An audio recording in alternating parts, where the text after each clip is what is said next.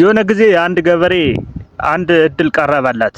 እሱም ጧት ልክ እንደነጋ እና ማታ ወደ ፀሐይ እስክትገባ ድረስ ሩጠህ ያካለልከው መሬት ይሰጣል ተባለ እና በጣም ደስ ብሎት መሮጥ ጀመረ ማለት ነው። ነገር ግን ከመሮጡ በፊት አንድ ነገር ተነግሮታል።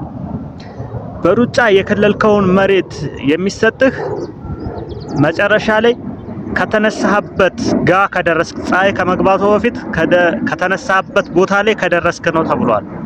ስለዚህ በጣም በፍጥነት ነው የሚሮጠው። ምክንያቱም ይሄ ድል ተመልሶ አይገኝም ብሎ ስላሰበ በቃ በጣም በፍጥነት ነው የሚሮጠው። ሙሉ ቀን ሲሮጥ ከሰዓት በኋላም ወደፊት ነው በቃ የሚሮጠው። ወደፊት ይሮጣል። ከዛ ትዝ አለው ማለት ነው መሬቱን የሚያገኘው ተመልሶ እዛ የነበረበት ቦታ ላይ ከደረሰ ነው። ስለዚህ እሱን አስታውሶ ተመልሶ ወደ ነበረበት ሮጠ ማለት ነው እና ፀሐዩን ሲያይ ፀሐዩ ልገባ ነው ሊመሽ ነው በቃ። ስለዚህ በጣም ፍጥነት እየጨመረ ሲሮጥ መጨረሻ ላይ ፀሐይ ሳትጠልቅ ቦታው ደረሰ ማለት ነው እና በጣም ደግሞ ስለነበረ ትንፋሽ አጥሮት በልብ ድካም እዛው ሲነሳ የነበረበት ቦታ ላይ ሞተ ማለት ነው። ምክንያቱም ሲሮጥ ነው ያለው ሙሉ ቀን። ይሄ እድል አይገኝም ብሎ በቃ በአንድ ጊዜ ሊያገበሰብስ ነበር ሀሳቡ። ነገር ግን ከመጠን በላይ ስግብግብነቱ እዛ የተነሳበት ቦታ ላይ እንዲሞት አደረገው ማለት ነው። ይሄ አስበዋል። አሁን ሰው ያገኘው ምንድነው? 3 ክንድ ነው እኮ በቃ ያገኘው መሬት 3 ክንድ ነው።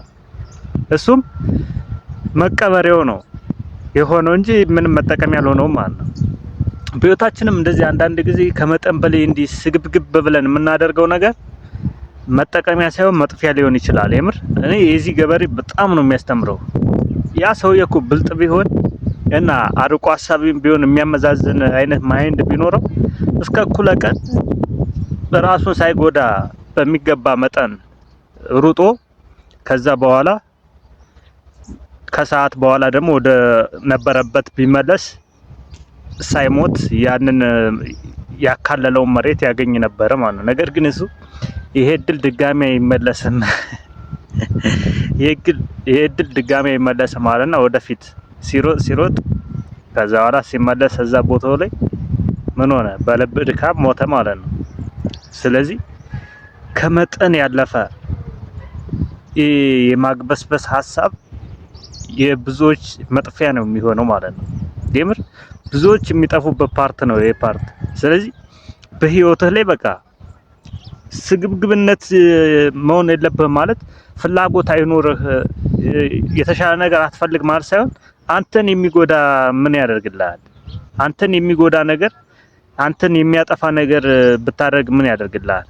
አግበስብሰው የአገር ብር ተሰብስቦ አንተ ያን ብር ካልበላኸው ሳጥን ውስጥ ቢቀበር ምን ያደርግልሃል?